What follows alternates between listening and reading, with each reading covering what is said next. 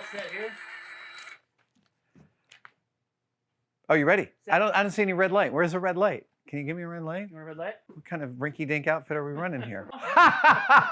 Yes, I see it now. We got to cut that whole opening in. Hey everybody, Adam Savage here in my cave with a tool tip. It is a new tool.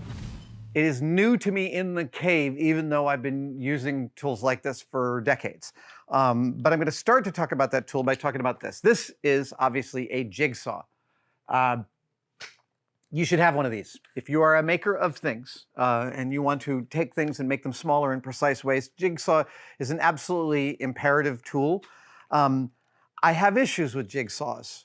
One of my issues is I have never found a jigsaw that tracks perfectly square. And maybe it's that I overdo it or I push too hard, but the lack of square tracking drives me crazy.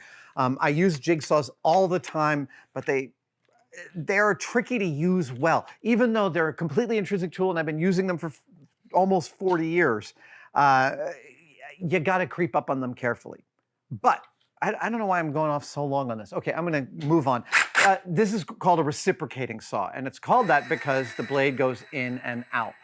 There are many kinds of reciprocating saws. One of my all-time favorites is actually this. This is an air-powered reciprocating saw, and I'll power it up here. As soon as I turn this on, I think you'll get a picture of why I love it. It's just a nice sound. It's not like, it doesn't like go into your cerebellum and make you crazy. Oh, just put that anywhere, Norm. It's fine. Okay, so this reciprocating air saw, I specifically love it because it's got this fine little blade. They don't stay sharp for too long, but that's fine. They're pretty easy to replace. And it gives me this very refined ability to make cuts and stuff. Again, tracking perfectly straight, that's not one of the things this is amazing at. I mean, in terms of trying to get a perfectly square cut. This is for like going in and slicing stuff out where nothing else will get you in there. I now have 3 different versions of this because I bought them over the years for different gigs and different jobs and ended up with them at the end of shoots. One of my all-time favorites, and I reach for this far more often than I do the jigsaw. Obviously, if I'm cutting a big hole or door out of a piece of 1/2 inch or 3/4 inch plywood, I'm not going to use this because it can't possibly handle it. But today's tool tip is all about a brand new type of reciprocating saw. Sorry. A type of reciprocating saw we have not covered before. And this is the kind of saw that the doctor might use to cut the cast off your arm or leg or wherever you might have a cast. It looks like a rotary saw. It's got a round blade. It's got a body that clearly has a motor in it.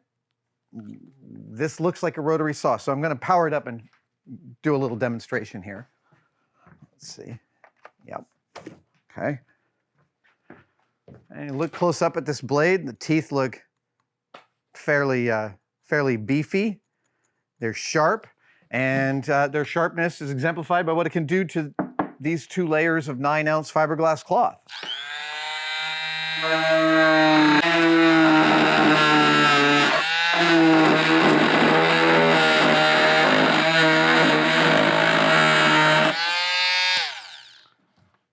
It's a nice cut, and it feels very balanced, and there's a really good reason for that. I'm going to show you this. Watch this.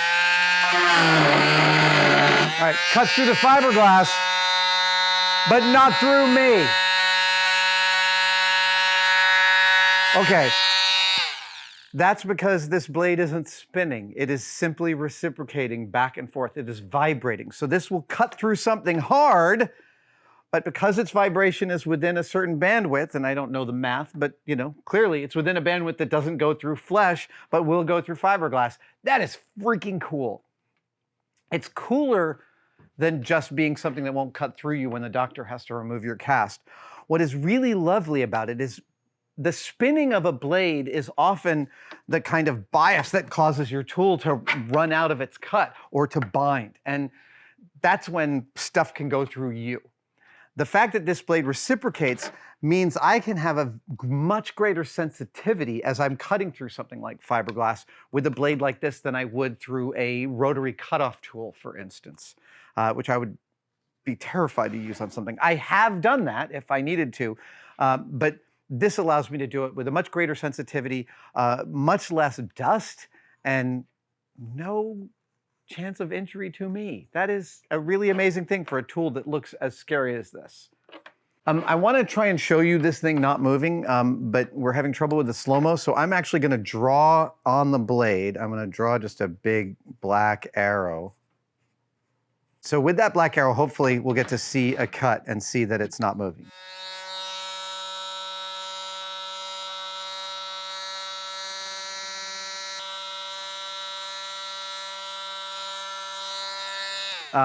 That is it. This is a CastCutting Saw. What do they call these? Let's see if they actually have a name for this. Electric plaster saw. That's what the manufacturer called this. There are a whole bunch of these on Amazon. They run about $200. I don't know about how the brands are different. I simply went with one that had a reasonably high, like 4.5-star rating, and the reviews sounded like people who had actually used it. Those are my two metrics for buying stuff on Amazon. Yeah, this is a more advanced cutting tool. It's definitely not like, you know, if you were first starting out, this wouldn't be the first saw I would recommend you get. But when you got to do a lot of cutting through fiberglass, having something that is not spraying fiberglass dust everywhere is a really big deal. And there's a photo that's been out on the internet for years of me and Tori Beleche working on two of the big buildings from Tipoca City from Star Wars Episode 2. And all of the concentric rings of those giant fiberglass castings were actually cut out using one of these saws. That was my first exposure to it, and I've been in love with it ever since. And yet, I only just picked this up last week for the first time. I'm really glad this is now part of my shop kit. There you have it. A electric plaster saw. Thank you guys for joining me for this tool tip, and I will see you next time.